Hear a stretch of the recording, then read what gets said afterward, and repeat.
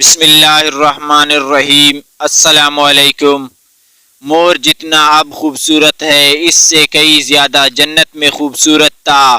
مور کی خوبصورتی پہ سبھی پرندے فدا تھے، لیکن ان سب خوبیوں کے باوجود مور سے ایسی کون سی خطا ہو گئی تھی جس سے اللہ تبارک و تعالی نے مور کو جنت سے نکال دیا۔ اللہ تبارک و تعالی نے جب حضرت آدم علیہ السلام اور اماں حوا کو پیدا فرمایا، اس کے بعد ان کو جنت میں بھیج دیا۔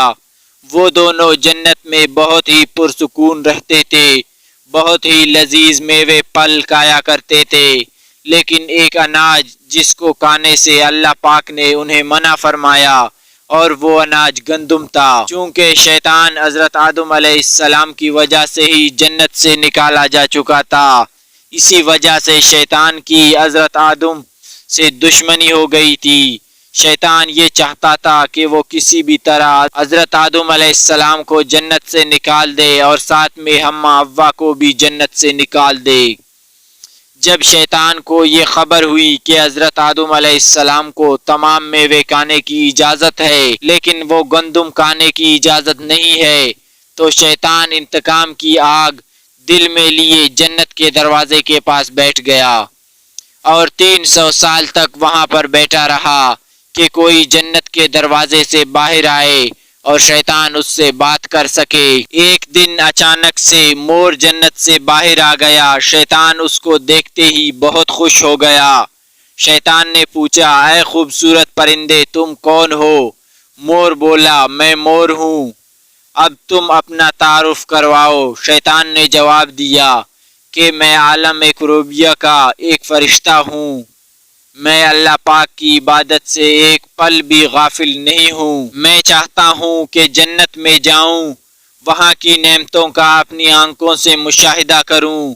شیطان مور سے کہنے لگا کہ تم مجھے جنت کے اندر لے جاؤ، میں تمہیں 3 ایسی باتیں بتاؤں گا جس سے تمہیں ابدی زندگی حاصل ہو جائے گی، تمہیں بڑھاپا بیماری نہیں آئے گی، تم ہمیشہ جنت میں ہی رہو گے۔ شیطان کی یہ باتیں سن کر لالچ میں آ کر مور نے کہا کہ مجھ میں تو اتنی طاقت نہیں ہے کہ میں تمہیں جنت کے اندر لے جاؤں، لیکن ایک سانپ میرا دوست ہے، وہ شاید تمہاری مدد کر سکے۔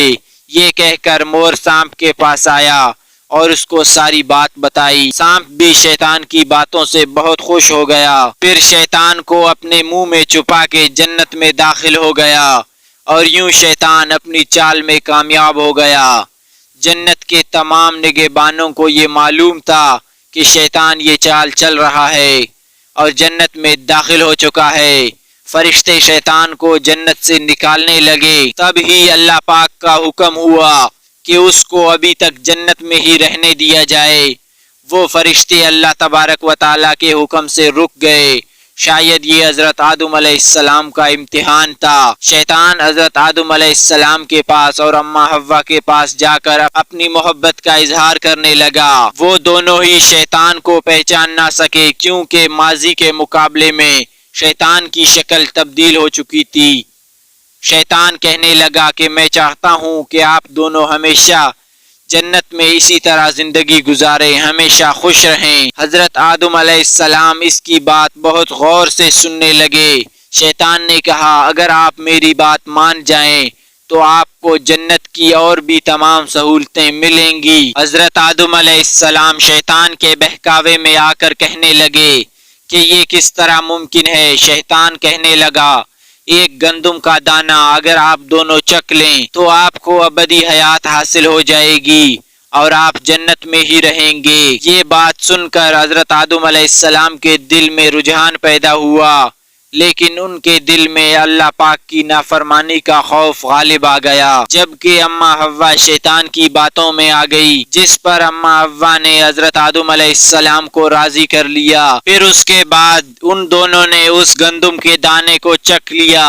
جیسے ہی گندم کا دانہ ان کے اندر گیا تو دونوں کے سطر واضح ہو گئے، جس کے بعد دونوں اپنے اپنے سطر چھپانے لگے اور خوف خدا سے کانپنے لگے۔ اسی دوران اللہ تبارک و تعالی نے فرشتوں کو یہ حکم دیا کہ حضرت آدم علیہ السلام اور اماں حوا دونوں کو ہی زمین پر اتار دو۔ حضرت آدم علیہ السلام کو سری لنکا کے قریب نیچے زمین پر بھیج دیا، جبکہ اماں حوا کو جدہ کی سرزمین پر اتارا گیا۔